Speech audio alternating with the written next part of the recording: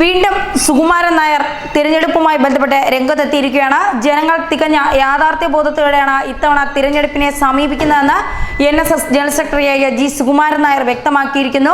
മുൻ തിരഞ്ഞെടുപ്പുകളിൽ നിന്ന് വ്യത്യസ്തമായി ഇത്തവണ ജനാധിപത്യ വിജയം ഉണ്ടാകും. NSSന് സമദൂര നിലപാടാണെന്നും NSS ആസ്ഥാനത്തെത്തിയ എല്ലാ സ്ഥാനാർത്ഥികൾക്കും അദ്ദേഹം വിജയാശംസകളും നേർന്നിരുന്നു. ശബരിമലയിൽ വിശ്വാസം സംരക്ഷിക്കണം എന്ന് തന്നെയാണ് നിലപാട്.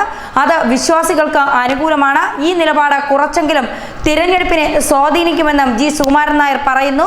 ഒരു നിർദ്ദേശവും വോട്ടർമാർക്ക് NSS നൽകിയിട്ടില്ല. സുപ്രീം കോടതി വിധി ഇത്രയും വേഗം നടപ്പാക്കാൻ സർക്കാർ മുതിർന്നത് എന്തിനാണ്? സർക്കാരിന് സാവകാശം ചോദിക്കാമായിരുന്നില്ലേ എന്നും NSS ജനറൽ സെക്രട്ടറി ചോദിക്കുന്നു.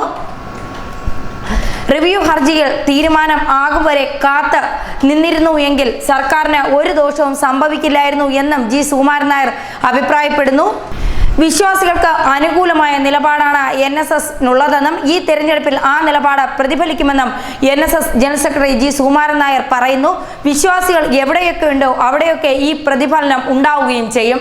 എല്ലാവർക്കും വിജയാശംസകൾ നേർന്നിട്ടുണ്ട്. പക്ഷേ ജനങ്ങൾ വോട്ടെടുപ്പിന് പങ്കെടുക്കുക യാഥാർത്ഥ്യ ബോധത്തോടെയാകാം. ശബരിമല വിഷയത്തിൽ വിശ്വാസവും ആചാരവും സംരക്ഷിക്കാനുള്ള ബാധ്യത എല്ലാ പാർട്ടികൾക്കുമുണ്ട്. അതിനെ ദോഷം ചെയ്യാൻ ശ്രമിച്ചാൽ ജനം പ്രതികരിക്കും എന്നത് തീർച്ചയാണ്. ചങ്ങനാശ്ശേരി സെന്റ് തെരേസ സ്കൂളാണ് അദ്ദേഹം വോട്ട് രേഖപ്പെടുത്തിയത്. എന്തായാലും വിശ്വാസികൾക്കൊപ്പമാണ് NSS എന്ന് പറയുമ്പോഴും സമദൂര നിലപാടാണ് NSS സ്വീകരിക്കുന്നു എന്ന് പറയുമ്പോഴും കാര്യങ്ങൾ വ്യക്തമാണ്. വിശ്വാസത്തിനോടൊപ്പം നിന്നത് എപ്പോഴും BJP ആണ്. വിശ്വാസ ആചാര സംരക്ഷണത്തിന് ഒപ്പം നിന്നാലും BJP ആണ്. എന്തായാലും ഇടയ്ക്ക് സംസ്ഥാന സർക്കാരുമായി നല്ല രീതിയിലുള്ള പോര് NSSന് ഉണ്ടായിരുന്നു. NSS പലപ്പോഴും തങ്ങളുടെ നിലപാടുകൾ തുറന്നടിച്ചിരുന്നു. അതിന് സംസ്ഥാന സർക്കാരും വ്യക്തമായ മറുപടി NSSന് നൽകിയിരുന്നു.